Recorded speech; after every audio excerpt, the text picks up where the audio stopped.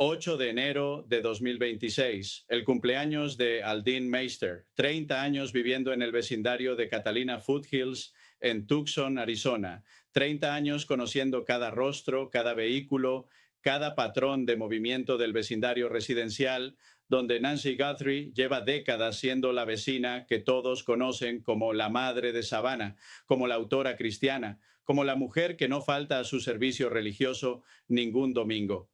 Y la razón por la que Aldine Meister puede decirle a Brian Entin con absoluta certeza que lo que vio desde la ventana del baño fue el 11 de enero y no el 10 ni el 12 es exactamente esa.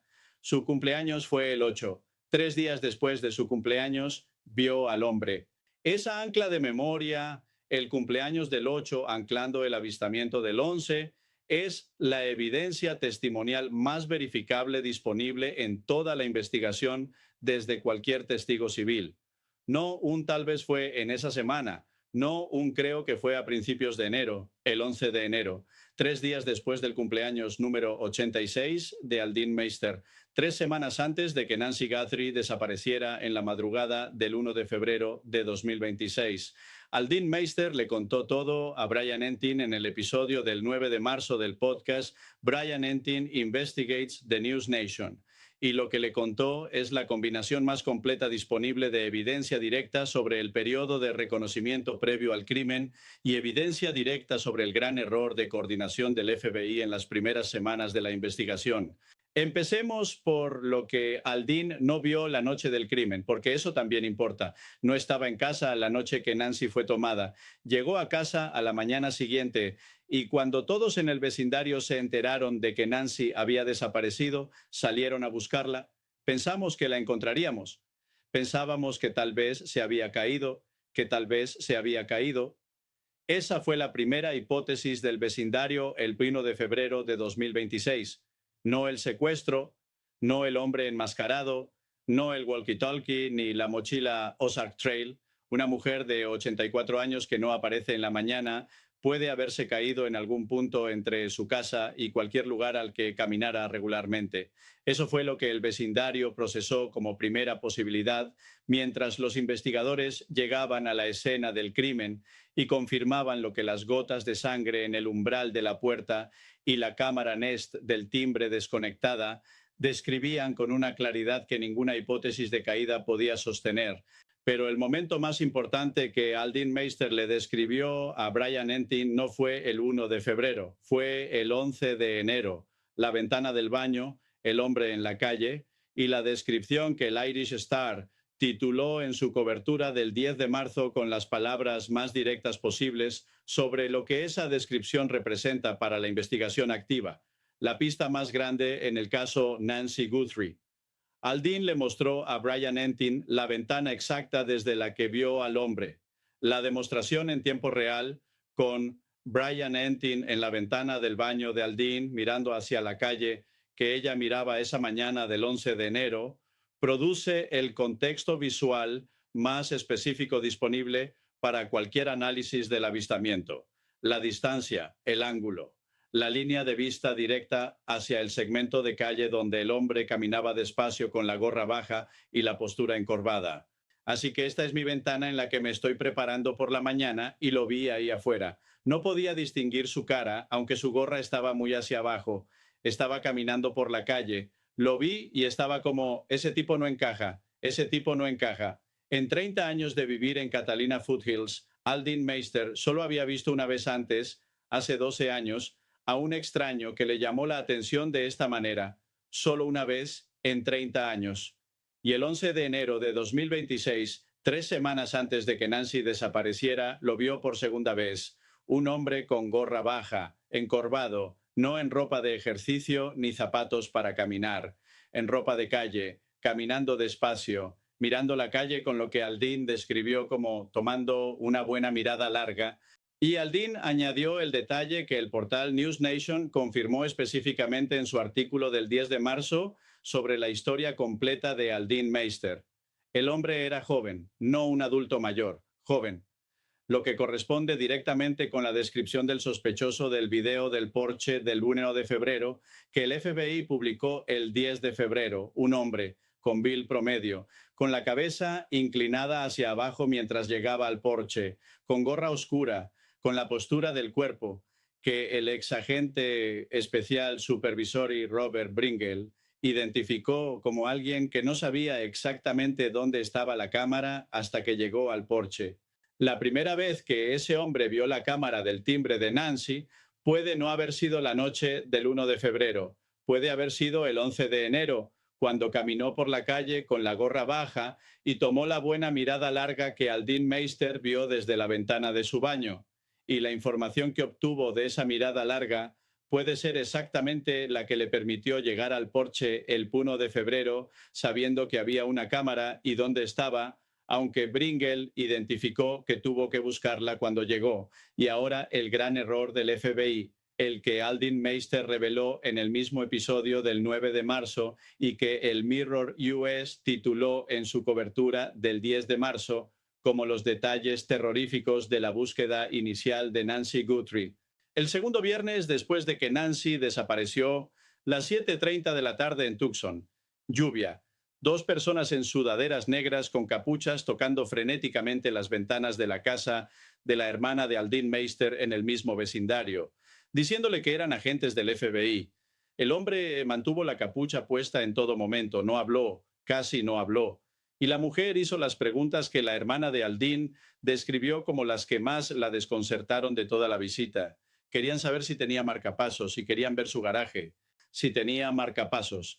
Esa pregunta específica, en el contexto de una investigación donde el marcapasos de Nancy Guthrie es la única marca de tiempo verificada de los últimos momentos de Nancy en su casa, antes de que la señal se cortara a las 2:28 de la madrugada del 1 de febrero, no es una pregunta administrativa de rutina.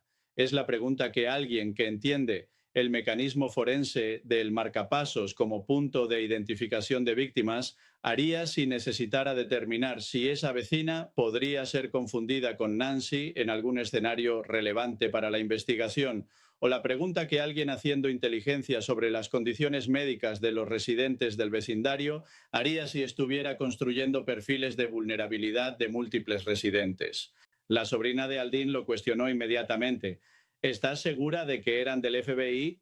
El vecindario de Catalina Foothills, que lleva 2 semanas siendo el centro de la investigación más mediática del año, ya había procesado el concepto de crímenes de imitación, personas que se hacen pasar por policías, el tipo de oportunismo que los casos de alto perfil atraen. La hermana llamó al número del FBI. Ocupado. Llamó al 911. En 10 a 15 minutos había 7 patrullas y 4 agentes del FBI en su puerta. Y los agentes reales que llegaron respondiendo al 911 le dijeron lo que transformó todo.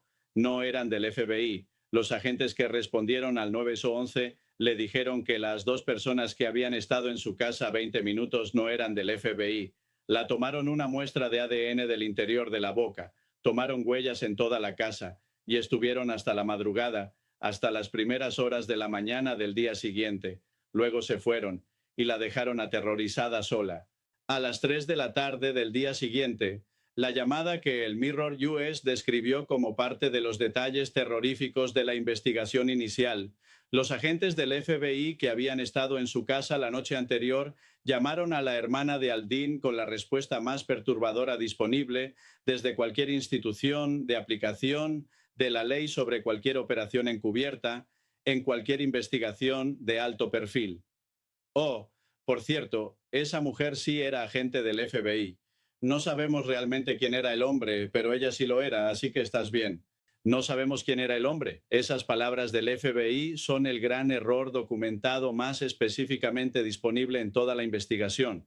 La agencia más poderosa del mundo en investigación criminal no pudo identificar al hombre que acompañó a su propia agente encubierta a la puerta de una vecina de Nancy Guthrie, el hombre con capucha, el que casi no habló, el que revisó el garaje, el que hizo que la hermana de Aldine llamara al 911 con miedo suficiente como para atraer 7 patrullas y 4 agentes reales del FBI a su puerta en 10 minutos, y el FBI le dijo que estaba bien.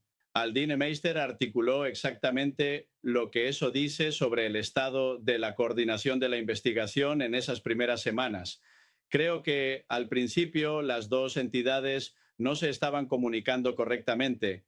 Creo que el FBI y el departamento del sheriff no se estaban comunicando y ese error de coordinación que produjo una noche de terror para una vecina inocente de Nancy Guthrie y un hombre sin identidad en un garaje es el mismo tipo de error que puede haber producido el retraso de 25 días en obtener el metraje de los Stratiguleas que el coronel retirado Bob Krieger describió como la mejor pista desde el día uno.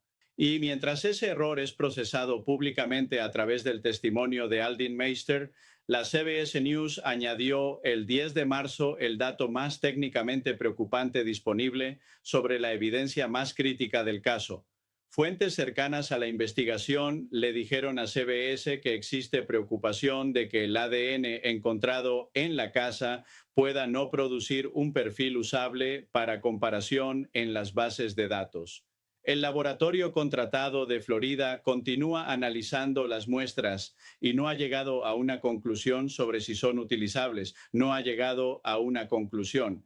Esa frase de CBS News, respaldada por fuentes dentro de la investigación, es la evaluación más honesta disponible sobre el estado de la evidencia de ADN que el sheriff confirmó como muestra mixta potencialmente compleja el 4 de marzo. No el resultado que el caso necesita, una preocupación activa sobre la usabilidad técnica de la muestra más importante disponible. Pero hay algo más. El Mirror US confirmó el 10 de marzo que un individuo misterioso afirmó haber visto a Nancy 5 días antes de que la historia del Mirror US fuera publicada, sin nombre del individuo, sin descripción de dónde o en qué circunstancias, sin confirmación del departamento del sheriff del condado de Pima sobre la credibilidad de esa afirmación, pero presente.